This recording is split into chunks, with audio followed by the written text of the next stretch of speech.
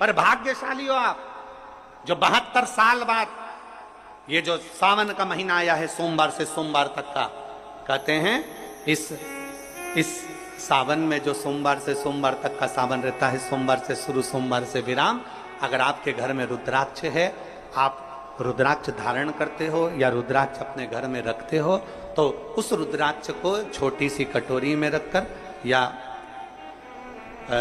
एक पात्र में रखकर 7 बार किसी भी अमावस पर, सावन में जो अमावस्या पड़ती है, ये सोमवार से सोमवार वाली सावन, इसके बाद वाले सावन का हम वर्णन नहीं कर रहा, हम इस सावन की बात कर रहे हैं। या तो अमावस, पूर्णिमा, त्रयोदशी, चतुर्दशी या प्रदोष, शिवरात्रि, अष्टमी, ये ऐसी तिथियां हैं जो सोमवार से सोमवार तक का जो सावन होता है, सावन में कटोरी में रखकर, प्लेट में रखकर, थाली में रखकर 7 बार अपने घर में अगर रुद्राक्ष तो उसको बलवान बनाने के लिए इसी सावन के महीने में 7 बार तो जल, 5 बार दूध गौ माता का और 2 बार गाय का घी उस रुद्राक्ष पर लेपित करना चाहिए।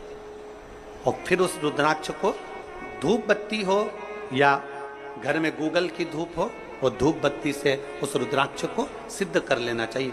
कुछ नहीं आता ना, शिव का नाम लो, श्री शिवाय नमस्तुभ्यम बोलो, और उस रुद्राक्ष का स्पर्श कर कर अपने गले में धारण करते हो तो गले में, पूजन में रखते हो तो पूजन में, या किसी कार्य सिद्धि के लिए रखते हो तो कार्य सिद्धि के लिए। अगर ये सोमवार से चालू होने वाले सावन को सोमवार से विराम होने वाले सावन में अगर हम सिद्ध कर लेते हैं तो वो रुद्राक्ष हमारे जीवन का सबसे श्रेष्ठ रुद्राक्ष हो जाता है,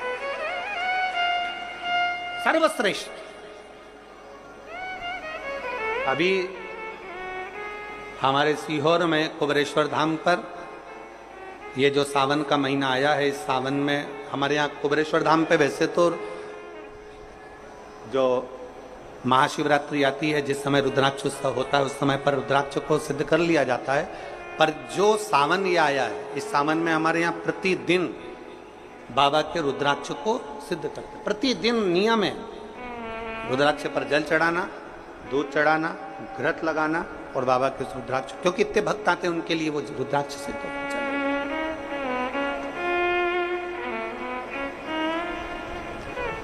इसी सावन में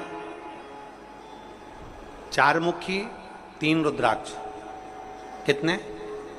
4 मुखी कितने? 3। 5 मुखी रुद्राक्ष 3 और 6 मुखी रुद्राक्ष 3। इनके बीच में सवा गांठ लगाई जाती है। 4 रुद्राक्ष कितने? जल्दी बोलो। 4 मुखी रुद्राक्ष कितने? 3। 5 मुखी रुद्राक्ष कितने? 3। 6 मुखी रुद्राक्ष कितने? 3। इनके बीच में सवा गांठ लगाई जाती है। मतलब एक गांठ पूरी लगाई जाती है, फिर आधी गांठ लगाकर फिर रुद्राक्ष को डाला जाता है लाल धागे में, फिर सवा गांठ ऐसी चलती है। 9 रुद्राक्ष होते हैं कुल टोटल। अगर ये 9 रुद्राक्ष को शंकर भगवान के शिवलिंग के पास में रखकर, ये सावन, इसको अन्य सावन में नहीं कर सकते, केवल इसी सावन भगवान शिव के मंदिर में शिवलिंग के पास उसको रखकर 7 लोटा जल, 5 बार दूध और 2 बार घृत अगर लेपन कर दिया जाता है उस माला को, और उसी माला को हम बेलपत्री के पेड़ के नीचे बैठकर अपने गले में अगर धारण कर लेते हैं तो दुनिया का ऐसा कोई कार्य नहीं जो तुम्हारे लिए हो नहीं, पक्के में होकर ही मान। उस रुद्राक्ष का इतना महत्व, ये तुम जो सहज में सुन रहे हो ना, हम फिर कहेंगे दया सिंह, जो हम फिर दया सिंह जी को धन्यवाद देंगे कि ये जो सावन के महीने की कथा लिए दया सिंह जी, ये साधारण नहीं है। दुनिया के लोग भले इसको सहजता में रख लें। 27 जुलाई 1953 में ये सावन आया था, उसके बाद 2024 में ये सावन आया। लोग तरसते हैं इस सावन के लिए कि इसमें हमें रुद्राक्ष को सिद्ध करना है, हमें इसमें बेलपत्र का पान करना है, इसमें हम जो मांगेंगे हमारा बाबा कृपा करने के लिए तत्पर रहता है। ये वो रुद्राक्ष का आनंद उठाते। मैं धन्यवाद देता हूं दया सिंह जी आपको बहुत बहुत, और पूरी समिति को। शिव मंदिर में जैसे आप लोग जाते होंगे शंकर जी के मंदिर में, तो ये तो शिवलिंग हो गया, ये जलाधारी हो गई, ये जलाधारी है, ये शिवलिंग है। और जलाधारी और शिवलिंग के यहां शिवलिंग से लेकर जहां से पानी नीचे गिर रहा है, आप पानी यहां चढ़ाते हो तो ये घूम के यहां से नीचे आ जाता है। आपने जल यहां चढ़ाया शिवलिंग पे तो जल घूमकर यहां से नीचे आ जाता है। इस जगह से नीचे की ओर आ जाता है, इस स्थान से। प्रयास करिए, ये जो सावन आया है 72 वर्ष के बाद, प्रयास करिए कि कितना बड़ा भी रोग है, कितनी बड़ी भी बीमारी है, आप डॉक्टर से इलाज करवाओ, पर ये जो स्थान है अशोक सुंदरी का, इस स्थान पर एक बार अपनी हथेली रखकर देखिए और भगवान शिव से पंचाक्षर मंत्र नमः शिवाय, षडाक्षर मंत्र ओम नमः शिवाय या श्री शिवाय नमस्तुभ्यम स्मरण कर कर देखिए और एक बेलपत्र बाबा की लेकर जहां से पानी नीचे गिरता है उस स्थान पर लगाकर उसी बेलपत्र को खाइए और फिर जाकर डॉक्टर को एक बार फिर जांच करवाइए कि उस रोग में आराम कितना लगा है, उस रोग में अंतर कितना आया। सावन का ये महीना जिसमें आप भगवान शंकर की अविरल भक्ति को धारण कर रहे हो, सोमवार से सावन चालू हुआ और सोमवार के दिन सावन विराम होगा। ऐसा सावन 72 साल के बाद आया। 27 जुलाई 1953 में ऐसा सावन पड़ा था। कितनी तारीख को? जम के बोलो जरा। 27 जुलाई 1953 में ऐसा सावन पड़ा था जो सावन सोमवार से चालू हुआ था और सावन सोमवार के दिन विराम हुआ था। 72 साल के बाद ऐसा सावन आया है जिसका योग आज है। 27 जुलाई 1953 में ऐसा सावन आया था। अब जरा किस्मत देखिए, आपका भाग्य देखिए रे छत्तीसगढ़ वालों, नजर उतरवा लेना कि 72 साल बाद ऐसा सावन आया जो सोमवार से चालू हुआ, सोमवार को विराम हो रहा है। 27 जुलाई 1953 में ऐसा सावन आया था और उसके बाद आज ये सावन 22 तारीख से चालू हुआ और 19 तारीख को विराम होगा और उसमें भी सोमवार से चालू हुआ और सोमवार को विराम हो रहा है। ये शिव भक्ति है, ये अविरल भक्ति, ये भगवान शंकर की अविरल भक्ति है। आप और हमको प्राप्त हुई है, हमें मिली और तेरी भगवान शिव ने अघोर अस्त्र धारण किया इसी सावन।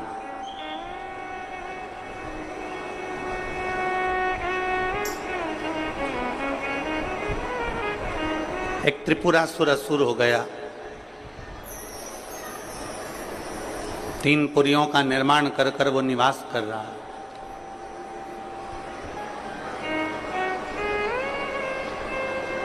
बड़ा विचित्र है वो।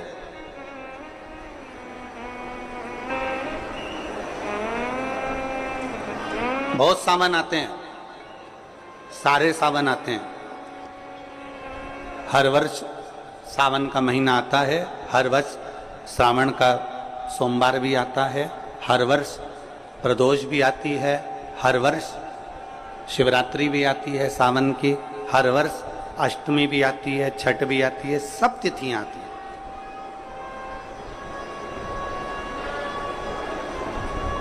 ये सारी तिथियां हर साल आएंगी, हर साल प्राप्त होंगी, पर जो योग मेरे देवाधिदेव महादेव का लगा है सोमवार से प्रारंभ होकर सोमवार के विराम का, ये सावन बार बार नहीं आता, ये सावन इतनी जल्दी नहीं आता। जो 72 वर्ष के बाद 27 जुलाई से 1953 के बाद में आज योग लगा, जो 22 जुलाई 2024 में प्रारंभ हुआ। बहुत बहुत ना जाने कितने कितने कितना कितना साधना तप असुर का वध कर दूं, पर नहीं मर। ब्रह्मदेव ने विचार करा कि त्रिपुरासुर का वध कर दूं, नहीं मर। आखिरी में खबर गई भगवान देवाधिदेव महादेव के पास। भगवान शिव जी के पास।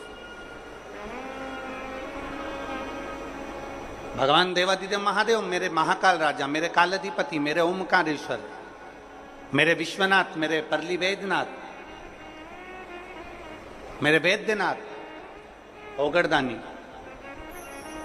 मेरे केदारेश्वर, भगवान शिव विराजमान थे, नेत्रबंद थे भगवान शिव।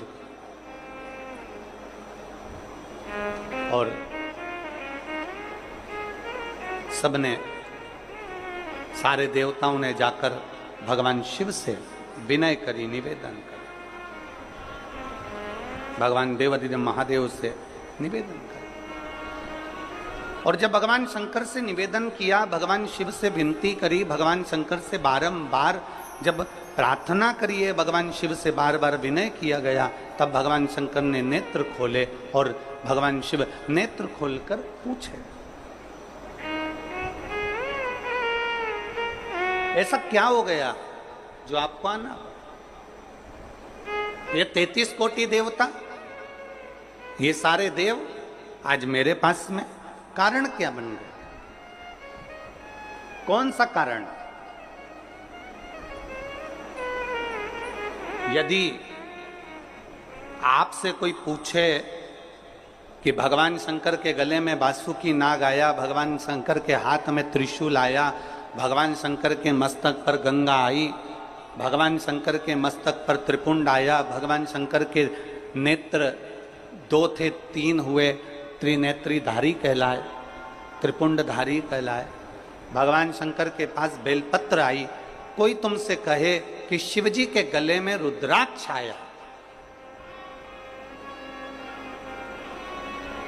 भगवान देवादिदेव महादेव के पास रुद्राक्ष आया, कोई तुमसे पूछ ले कि यह रुद्राक्ष का प्रागट्य कब का है, रुद्राक्ष का जन्म कब हुआ,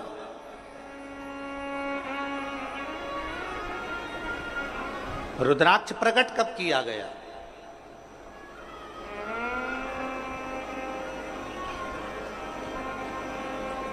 अब जरा बहुत हमसे भी कई लोग पूछते हैं, जितने लोग संसार का क्या हो जाता है कि रुद्राक्ष का जल अमृत के तुल्य हो जाता है और कैंसर जैसा रोग भी समाप्त हो जाता है। रुद्राक्ष के जल में ऐसा क्या है?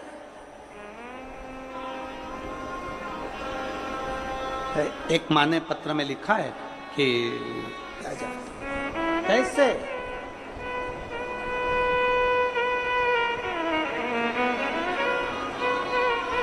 शिव कथा कर रही है, भगवान शंकर का संवाद कर रहा है,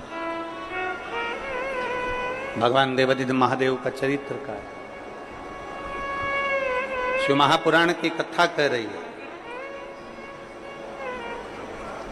त्रिपुरासुर असुर है, 3 पुरियों का निर्माण कर कर उसमें निवास करता है, 3 पुरियों का निर्माण कर कर उसमें निवास करता है, पर उसके प्राण जा नहीं सकते। भगवान नारायण ने प्रयास किया, वो नहीं मरा, प्राण नहीं छूटे। भगवान शंकर के ब्रह्म मुरारी, सबसे बड़ा तप और दुनिया का सबसे बड़ा आभूषण मौन रहना, ये दुनिया का सबसे बड़ा तप और सबसे बड़ा आभूषण है।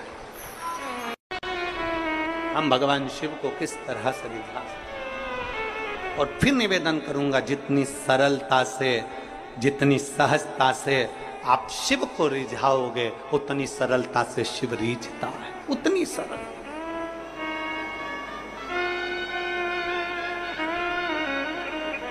आप जितने भाव से भगवान शंकर को रिझाने का प्रयास करोगे, वो उतने भाव से रिझेगा, उतने भाव।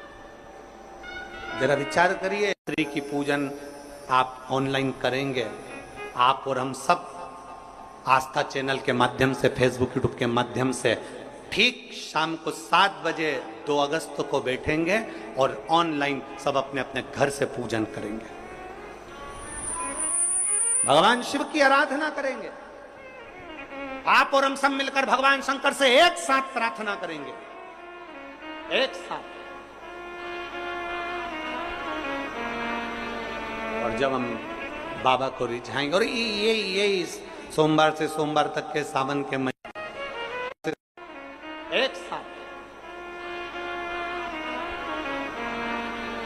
और जब हम बाबा को रिझाएंगे, और ये इस सोमवार से सोमवार तक के सावन के महीने में 2 अगस्त को तो हम शिवरात्रि मनाएंगे, और 17 अगस्त को सीहोर की कांवड़ भी बाबा की कृपा से सुबह 9 बजे भरेंगे। प्रदोष के दिन एक विश्वास के साथ शिव को रिझा, एक भरोसे के साथ भगवान शंकर, एक रुद्राक्ष में होता है। सबका बल एक रुद्राक्ष के अंदर होता है।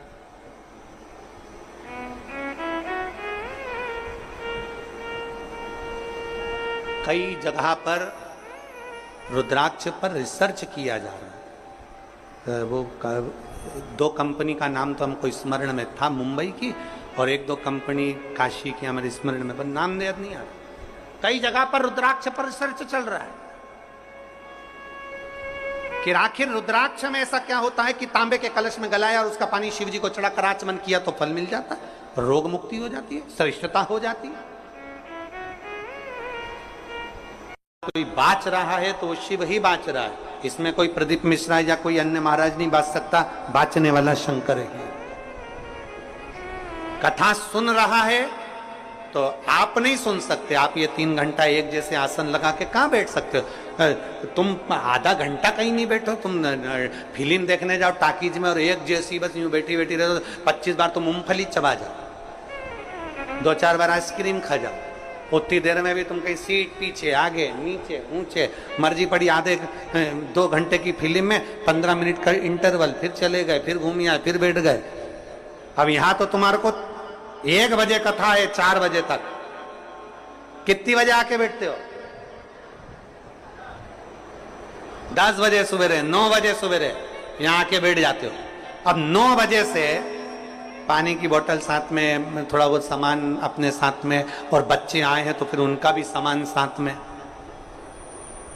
तो फिर 10 बजे से एक जैसे बैठे, और 4 बजे कथा छूटेगी, सब अपने अपने घर जाते जाते 5 बज जाए, 5:30 बज जाए, कोई 6 बज जाए। समय जरा देखिए कि तुमने शिव को कितना दिया,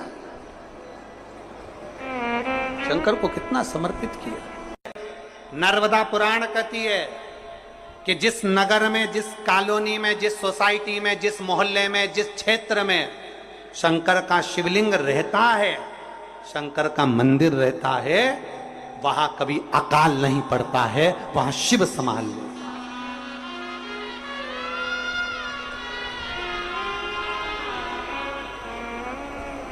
वहां शिव संभाल, वहां वो गढ़दानी संभाल।